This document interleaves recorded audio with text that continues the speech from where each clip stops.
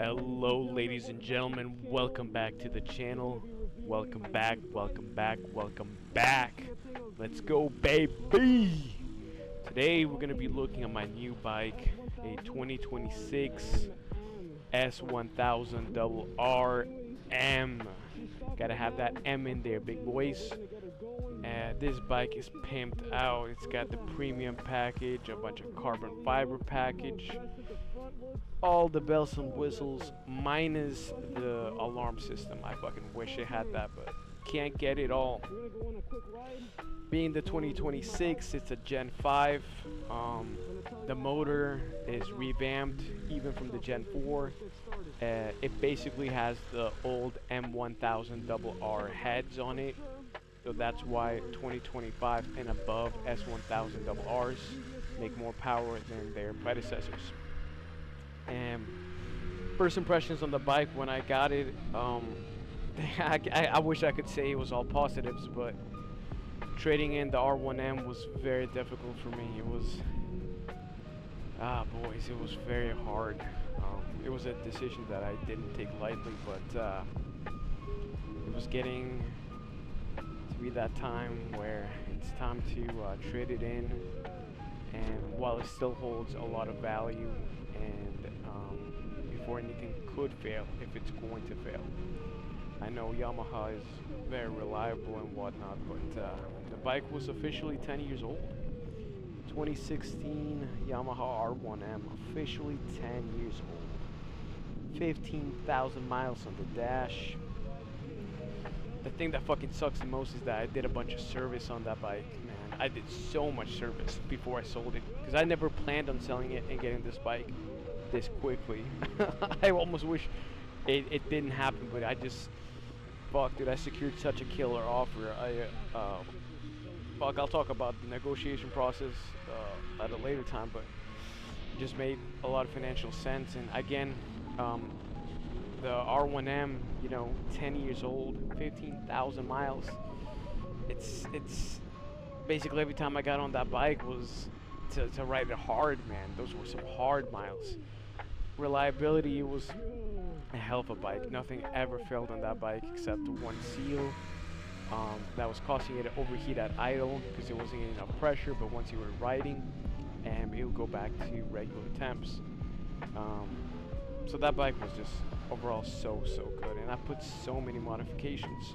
So when I did pick up this 1000RR M, it's like you already have a fucking beautiful painting, and now you're starting over on a blank canvas, and that's exactly what this bike is. It's got fucking terrible Mickey Mouse mirrors.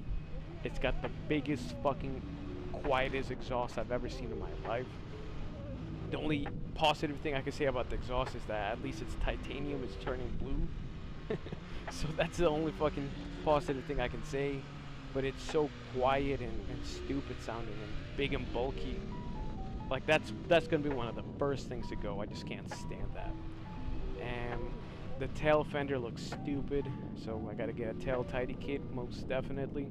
That's gonna be the second modification I do. The very first one I've done is I've changed my bike from normal shifting to GP shifting. You just move over the mount over to one other segment, and it's a GP shift. So that's the very first thing I had to do, because riding normal 1 down 5 up is just fucking weird. I was missing gears. I'm like, I need to go back to what I've ridden most of the time. And first impressions, again, it was just so heartbreaking. So I wish I could say it was all positives, but it wasn't. I felt like the R1M just had such a beautiful color scheme. It was the Nissan Skyline from Too Fast, Too Furious scheme that just looks so good. But I'm coming around to this Beamer. It is starting to grow on me. I love the wings on it. The winglets look fucking so aggressive. They look so good. And my god, this bike attracts so much more attention than the R1M did. Like, this was breaking necks so much, dude. Like, I couldn't believe how much attention this bike gets. because to me, dude, this bike is as quiet as a mouse, and yet it was breaking just as many, if not more, necks than usual. I went on a chill ride, and dude, you getting fucking gawked at by girls left and right. Dudes are giving you thumbs up. Like, the cameras aren't gonna catch everyone looking, but dude, literally everyone is looking at you on this bike. Again, it just looks so premium, so expensive, and so aggressive with the fairings and the color scheme that it's almost shocking how much attention you're gonna get. And you know, as far as comparing how they ride, it's not a fair comparison because right now the bike is super detuned in the break-in period. Until 600 miles where the stock tune can come. I mean the break-in tune, and it rides horrible. It feels like a 400. 9,000 hard rev limiter instead of the 15k is just going from the R1M to this is just fucking rough-a-reno. But I gotta say, this bike is so goddamn agile. Like, it just wants to lean, dude. It's so effortless to corner hard with this bike. The R1M, you had to be so intentional about the way you took the corners, and you definitely had to work harder to do it, but it also provided so much feedback. It really did let you know when you were about to lose control or getting close to that limit. While this bike is so fucking effortless, it feels too, dude, it's so hard to describe. It doesn't provide enough feedback, man. So I definitely want to set up the electronic suspension for my weight and size. Hopefully that'll provide more feedback. It feels so fucking agile, though. I'm telling you, like, this bike just wants to lean. But that's the thing, man. It gives you overconfidence, and it's not communicating when it's reaching the limit, which is, and it's the same thing BMW has with their cars. And when I test drove an M4 and I test drove my Corvette, which is the one I went with, like, the M4 doesn't communicate anything through the steering or suspension. It doesn't tell you anything. It's so cushioned and stale. Like, there's no communication whatsoever. So you could essentially have a bunch of confidence and take corners really hard because you don't even realize how close you are to the edge. While on the Corvette, it over communicates. It gives you way too much information, so you're like way too aware of how fast you really are going and how close you really are to the edge. And even though the Corvette could absolutely spank the BMW around the track, it's a lot harder to ride that at its limit because of that. It gives you too much information. You're way too self-aware.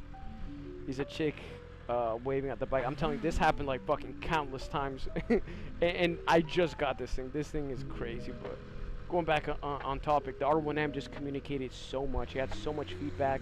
While this bike, it feels like it's not communicating enough. Again, it's going to take me a while to get used to it. And the bike, dude, the bike is so tall. Being the M, the seats are even taller, so the riding position feels really weird. The R1M, it felt like you were hugging the bike and you were part of the bike. This feels like you're sitting on top of the bike. So the riding position has been a mindfuck. Electronics, R1M had pretty good tech for its time. Electronic suspension, top of the game for 2016. The BMW does have electronic suspension too, so I'm curious to see how that's going to feel once that's set up for my size and weight. And their seating position was a mindfuck at first. And man, the quick shifter on this bike is so fucking good, dude. It's so effortless and smooth. It's so crispy. I've never felt a bike this crispy. Like, dude, it's so smooth. The R1M stock quick shifter for upshifts was smooth, but nothing like this. And the aftermarket quick shifter I put on the R1M for quicker shifts was so aggressive. It wasn't smooth at all, unless under the right conditions it could be, but it wasn't like this. Like, this is so fucking smooth. And you know, the BMW, of course, 2026, it has a bit more features. Technologically speaking, you know, heated grips, cruise control, all that jazz. The riding modes and editing the riding modes, they both can do that. So they're nearly identical. You could adjust the throttle sensitivity and and engine responsiveness, you know, all that jazz, traction control, wheel control. It's nothing I haven't felt before. And currently, I have nothing to worry about as this bike. Dude, it's so underpowered right now. It's fucking rough. I had to put 600 miles to get the first break in, and fuck, dude, I don't even ride that much to begin with, man. So I'm intentionally having to ride every day and trying to put miles on this bike. So it's a pain in the ass. So, you know, that's basically all the comparisons I can make riding wise, because it's not really fair to compare power. Right now I haven't felt what this really can do. But the R1M, you know, with velocity stacks, 3/4 inch Project SC exhaust, drop-in filter, E85, 520 chain conversion, etc., etc. I would be amazed if this bike, in its stock tune, non-break-in tune, the stock tune, could match the R1M. I know these bikes dyno pretty high. They're one of the few bikes that could actually hit 200 wheel, with just basic bolt-ons and regular gas, not even E85. And but I can't imagine that this bike stock would be faster than the R1M. You know, the only real reason I switched from Yamaha was, again, the R1M has a motor that's over 10 years old, and every generation after mine, 2016, 2017, 2018, etc., they didn't update anything in the motor. And to me, the cross plane sounds the best out of all configurations, V4, N-lines, whatever. Cross plane sounds amazing. But the fact that they never really updated the motor to compete with new generation super bikes is such a turnoff. Like, the bike in 2016 was crazy fast. It absolutely could compete with the Gen 3 S1000RR, the ZX10Rs, all these bikes. He could absolutely compete. But now in 2026, where all these bikes have considerably gotten faster, lighter, better tech and whatnot, it just feels like it's falling behind, man. You know, I took the bike racing in Houston, the very last thing I did, and it did quite well, but not well enough in my book, you know. Again, the bike gets so much attention. It seems like the R1M is reaching that point where it's not irrelevant, but it's no longer top 3, top 4, top 5 naturally aspirated leader bikes. I would say top 3. It's no longer there, and it's all because Yamaha just hasn't fucking decided to update the motor. If they had updated the motor and it was making similar power to the elite super bikes, I would have stayed Yamaha. Again, I'm a big fan of the cross-plane configuration. It just sounds so fucking good, and I love the seating position on it. But we know that inline 4s, modern day inline 4s, just make a little bit more power. Well, not even a little bit, like considerable amount more power now. And you know, it was either getting the BMW or getting a Ducati, and the Ducati or Aprilia was actually cheaper than this Beamer. But fuck, dude, those things get so hot. I don't really like the look of them, man. I don't think they look attractive. V4 does sound better, but comes with its own little quirks. The Ducatis are just really hard to service, and doing basic shit you have to remove so much, and it just... I'm not a big fan of Ducatis, man. I gotta be honest. Nor Aprilias. I do like the fact that they're not just a leader bike, they're like 1100 cc's. That's fucking dope as hell, but... And they rev higher and whatnot, but... Even though on paper, on dynos, they seem to make better peak power during roll races. I've seen modern day Gen 5 S1000 or M1000RRs just put in some serious work against them. Obviously in the track it could differ, as the Ducati's basically a legal track bike. Not that the BMW can't be tracked like with these giant MotoGP style wings. It's just, I'm never really going to take it to that point where I'm dragging elbow, dragging knee around the track. Um, I'll take it to the twisties and have fun there, but I'm not I'm not Rossi. I don't need to really give a shit if one bike is a couple tenths of a second faster around the track. The brakes on this bike are really nice. For a long time, that was one of my biggest complaints with the R1M, but then I did a brake flush and got new brake fluid, and it actually felt really well. So I fuck, it's kind of hard to compare it. What else can I say about this bike? What else can we touch on? This bike comes with a bunch of adjustable stuff right off the bat, being the belay package and whatnot. Man, I again, you know, it does feel more modern. The tech displays just couldn't be more different. This tech display feels like it belongs in a car, but it also felt like they're holding back. They could have done a little bit more. They could have really integrated the navigation system and added turn-by-turn proper instructions with a proper map instead of the way they did it. It feels like they're playing it safe. So you still have to rely on your phone for navigation and whatnot. I would have liked the infotainment system to give us a proper map and dash, but instead it just tells you when to turn. You know, I do like the different dash displays. The sport displays in this one are more usable than the R1M.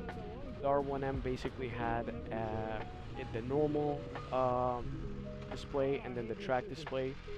The track display was basically useless because the normal display just did it way better. It was so color coded where green you're getting closer to red line, orange you're basically right there, and then you had the shift light on top of that. So you could just time your shifts so perfectly well. You know, the track one, you didn't have any color code or a shift light, so I just never really liked it. And it started way high up, like you couldn't see any RPM sub 7K, I think. It only showed you the top RPMs, which I just wasn't a fan. And the sport display here, you actually have a couple displays and they're far more usable. The shift light and flashing screen are nice. They just seem far more usable on this bike. I also like how this bike can actually track how much fuel you have. R1M would only tell you once you're running out of fuel, which fucking sucked. This one actually has a proper fuel gauge, so that's nice. You know, overall, I won't lie, I'm still really heartbroken over the R1M. I would have never gotten rid of that bike, man, but 10 years old, 15,000 miles. If I put on 20 plus thousand miles, the bike isn't going to retain the value it has right now. Basically, right now is the perfect time to sell it because it's still holding its value very strong. And it's not going to be holding it that well at 20,000 miles. It's hard to sell a super bike with 20,000 miles. At 15, you could argue, especially the way I maintain it, that bike is brand new in a lot of ways, and I would urge buyers out there to buy it. I did so much service to it before I sold it, man. So it's got the valves adjusted and all that. Like I'm trying to convince a buddy to buy that bike. That bike is ready to go. Anyways, as far as modifications I have planned on the BMW, for sure I'm gonna get rid of the Mickey Mouse ears. I'm gonna put on another pair of genuine rhizomas, and I'm gonna have to get integrated turn signals. Unfortunately, it isn't like the R1M where you could add a module that made your daytime running lights into turning signals. You have to kind of actually buy another set of turning signals and kind of mount it on your bike, which kind of sucks. By the way, I got gapped right here, dude. I was a full throttle and I got gapped by a slow ass bike, man. That's how slow this bike is right now. And coming from the R1M, that was an absolute unit, dude. Again, when I say that the cross plane can feel outdated, that's only against top of the line road racers. If you think your drop-in filter and exhaust bike would compete against that, you're fucking wrong. That thing on E85 was a monster, dude. So coming from that to this is a mind fuck. But anyways, I'm gonna be replacing the windscreen. Probably gonna go with a Boyg Z blue windscreen. And I know blue is so not visible at night or when you're tucked. So that's the only reason I haven't pulled the trigger right now, because the clear one you can see at night. It looks good on videos. It's just, dude, it's rough, dude, because blue looks so good, but clear is so usable. It's just fucked. And the tail tidy kit has been ordered already. I fucking hate stock tails on these super bikes. It just looks so stupid. And I already have a new pair of tires, Super Corsa V4s. And I'm not gonna put them on yet until I'm done with the break-in process, and I could actually gun it. For sure, I'm gonna get a Spark full titanium exhaust. The reason I'm going with Spark is because it's better than the Acroprivilege one. It's lighter, it flows better, and it's full titanium. The Project SC one is pretty good, and it's basically the same as the Spark. They weigh damn near identical. They're both very well designed, MotoGP style, full race application exhaust, but the Project SC one is running for $4,000, and $4,000 for a fucking exhaust is ludicrous. I don't know what the hell they're smoking, dude. $4,000? Get the fuck out of here. I'm definitely not adding an eBay exhaust though. I gotta have titanium. I'm not getting no cheap stainless steel exhaust. So Spark it is. Spark after taxes and everything is gonna look like it's $3,000. It is a pretty penny, but it's absolutely worth it in my book. Titanium is fucking fire, and it's gonna free up a lot of mid-range and top-range power on this bike. I'm definitely gonna add a drop-in filter. Definitely gonna add velocity stacks. Definitely gonna do a chain conversion 520, as long as I can keep the M endurance chain. As long as they make one for it, because the M endurance chain, you just don't have to service as much as a normal chain. If you can't, I probably won't even do the conversion because I really like this chain. And again, it was part of the package I bought this bike, so I'm definitely gonna use it before I would change that. And it's always nice to run into other bikers, man, but it seems like all these bikers are busy doing other stuff. What else? What else was I planning on doing? I do want some frame sliders, wheel sliders, all of that jazz, but I can't imagine dropping this because one of the first things to go would be the winglets, and the winglets are part of the fairing, so you fuck up any of that winglet and it's a wrap, like it's a GG. It's so fucking expensive, so and it would just be redundancy, because frame sliders, engine covers, oil covers, all that would at least protect the functioning side of the bike. The fairings and whatnot, they look dope, and they definitely had downforce and whatnot. That's the whole thing about the 2026 models, is how much downforce they really add, but you can still ride with broken fairings. You cannot ride if your oil is leaking everywhere from bad low side. I was able to retrofit my my quad lock onto this bike. Anyways, ladies and gentlemen, I've been rambling on for far too long. Lots of content to come, and again, bittersweet. I am grateful to God for this bike, I am, but fuck me, do I miss R1M, man. Oh, I love those wings, man. Look at those winglets, like fucking sex, man. And I'm telling you, the exhaust is already blowing, so the exhaust looks quite good. Have a good one, ladies and gentlemen. See y'all next time. Ladies and gentlemen, we shall be back. I mean, look at that. That's just fucking beautiful. We'll see y'all on next time.